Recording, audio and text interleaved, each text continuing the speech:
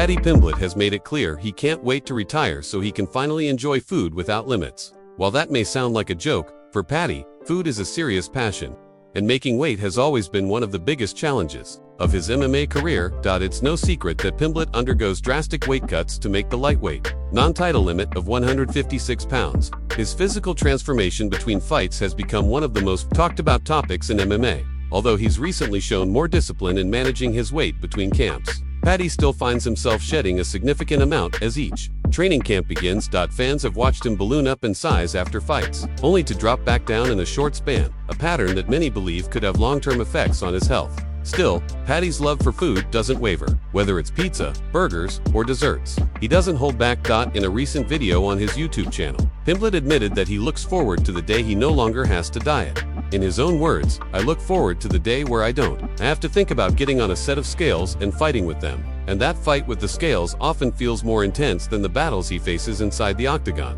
He even joked that if he didn't have to cut weight anymore, he has no idea how big he might get. When asked what weight class he would naturally fall into, he casually responded, "I don't know. If I don't have to get down, I'll be walking around at light heavyweight at least." That's a jump of 2 full weight classes from where he currently competes, a clear indicator of how intense his cuts really are.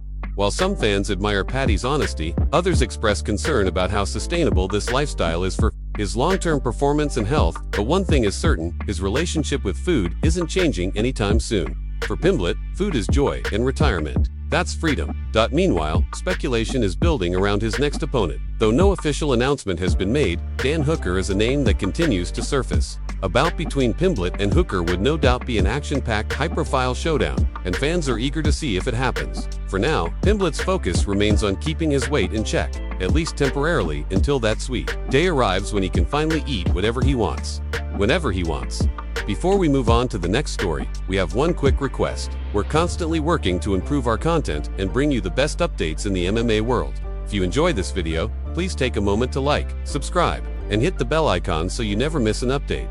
And don't forget to leave a comment below. We want to hear from you. What do you think we can improve next? Your feedback helps us grow and create even better content for you every time. Thanks for your support. In a major shakeup to the UFC middleweight division, Reinier Dieter secured a narrow but decisive split decision victory over former champion Robert Whittaker this past weekend. The closely contested bout pushed Whittaker out of the top 5. For the first time in over 5 years, an unexpected and dramatic shift that sparked widespread debate across the MMA community. While many fans, fighters, and analysts agreed with the judge's decision, controversy lingered. Some, including Whittaker himself, felt the outcome should have gone in his favor.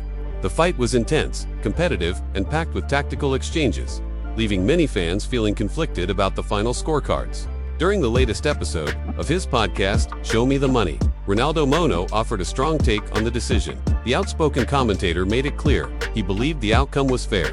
"To me, it was not a hard fight to judge," Mono said confidently. "I thought it was very clear. 3 rounds, 2-4 Dieter. The 2 rounds that Rob won, he dominated, but it wasn't enough to swing the overall score. It wasn't a 10-8 situation." Breaking it down further, Mono added, "I think it was 2 rounds scored 10-9 for Rob, and 3 rounds 10-9 for RDR. The math adds up. Even though Whittaker had some big moments, it just wasn't enough to take the win over 5 rounds. Mono also had high praise for Dieter's skill set, particularly his grappling and clinch work. "The guy is very good, very tricky in the clinch, and with the takedowns he's tough. He's got a chin. Not the best striking, not beautiful movement, but his timing on the knee strikes is perfect." He pointed out a key moment in the fight, when Whittaker countered one of Dieter's knees with a perfectly timed overhand punch. That was perfect. But overall, Dieter executed his game plan well. He took a lot of punishment and kept moving forward.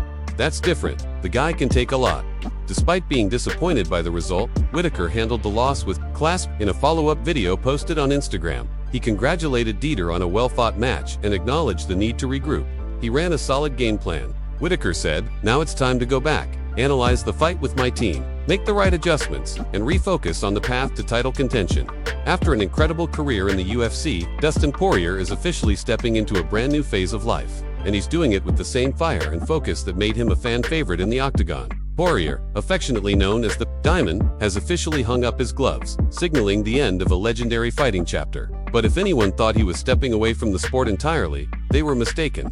Less than 2 weeks removed from what many believe was his final UFC bout, Poirier is already charging full speed ahead into life after fighting. One of his immediate goals getting stronger than ever. With no more grueling weight cuts or fight camps dictating his routine, Poirier is embracing the freedom to train on his own terms. He's invested in new equipment for his personal gym and has already begun transforming his training regimen, focusing heavily on building strength and muscle. Fans have caught glimpses of his upgraded gym setup, and it's clear he's serious about making gains and maintaining an active lifestyle. But Poirier's vision for the future doesn't end in the weight room. He's also setting his sights on a promising new role in broadcasting. Back in April, Poirier appeared on the UFC 314 broadcast as a desk analyst for ESPN, working alongside Chael Sonnen. His performance was widely praised for its clarity, insight, and poise qualities that make him a natural fit for the role. Inspired by that experience, Poirier appears ready to pursue broadcasting more seriously. He even tweeted, "Looking forward to getting back on the ESPN desk.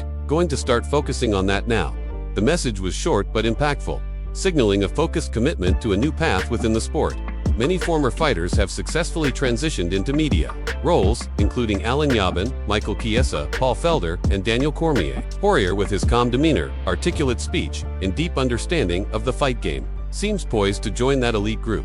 Beyond commentary and personal fitness, there are whispers that Poirier may also mentor younger fighters and remain deeply involved in MMA from behind the scenes.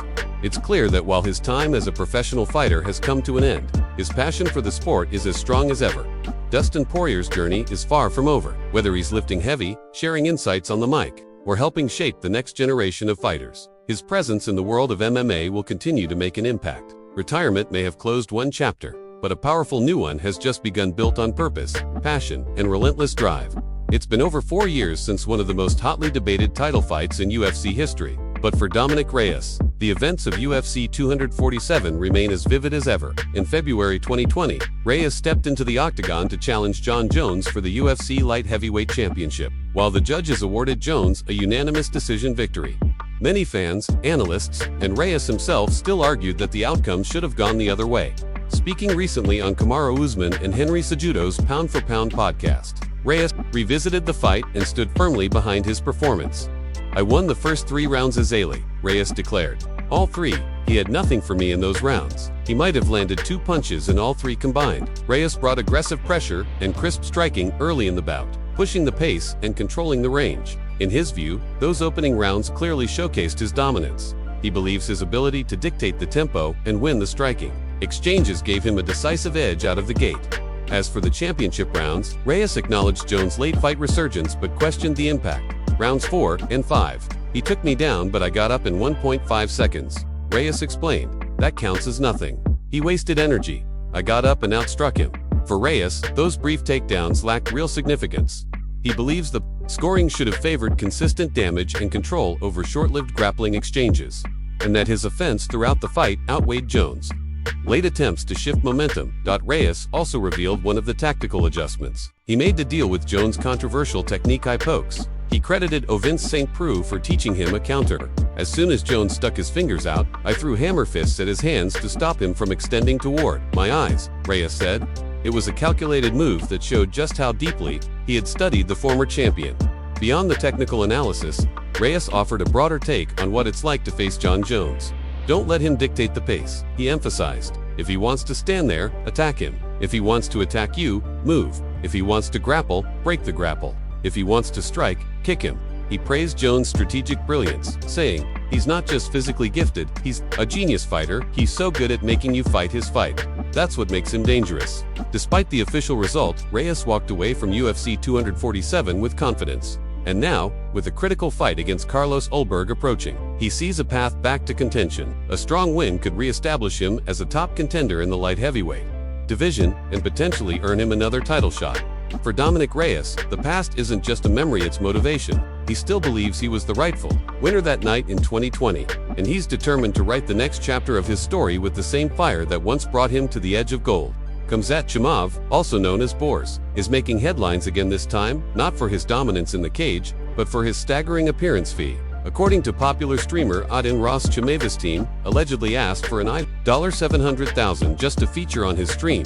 Ross shared the story during one of his broadcasts, leaving viewers both stunned and amused. He explained that he attempted to set up a potential collaboration through a mutual contact, but was hit with an offer that sounded almost too outrageous to believe.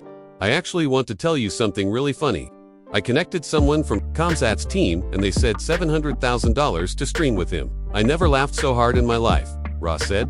As expected. The reaction online was instant shock, disbelief, and laughter rippled across the internet. Even UFC star Michael Chandler chimed in on Twitter with a playful response. "Yo Ross, I'll go on your stream for way less than $700K. Chandler joked, showing that his humor outside the octagon is just as sharp as his skills inside it. Now, the big question, was the $700,000 demand real? Some suggest it may have been a negotiation tactic, or simply someone on Chimaev's team aiming high, especially knowing that Ross is no stranger to big money deals. With his massive online presence and strong financial backing, Ross could theoretically afford such figures, but even for him, $700,000 is steep. Others argue that Chimaev can make those kinds of demands, and they might be right. With his undefeated record, high-octane fighting style, and global fanbase, Chimaev isn't just a fighter, he's a brand. Whether he's fighting or talking, people pay attention. He has built a value that goes far beyond his performance in the cage. This isn't the first time Chimaev has talked about his earnings. Ahead of his highly anticipated bout with Robert Whittaker in October, he said,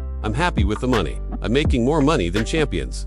Money doesn't change. Me, I'm staying humble, as I was before." That statement speaks volumes about his confidence, not only as a competitor, but as a marketable figure in combat sports.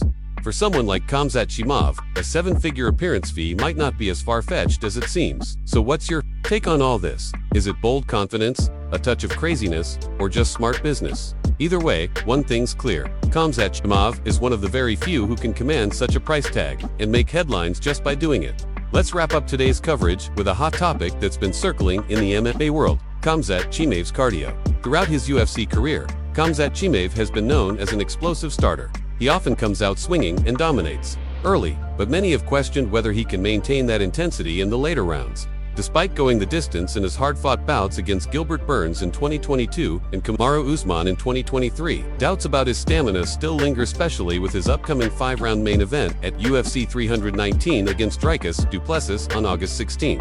But according to Brendan Schaub, Chimaev's cardio should no longer be a concern. During a recent episode of the JRE Fight Companion podcast, Schaub shared his thoughts on the matter. He stated, "I've been on the Khamzat train for a while. The main knock on him was his cardio, especially with the issues he had with his lungs. But that's completely fixed now. Seeing him in there, you realize this guy is a monster." Schaub went on to compare Chimaev and du Plessis physically, noting DDP is big about Khamzat's size. The odds makers will probably say if Khamzat wins, it'll happen in the first round or two.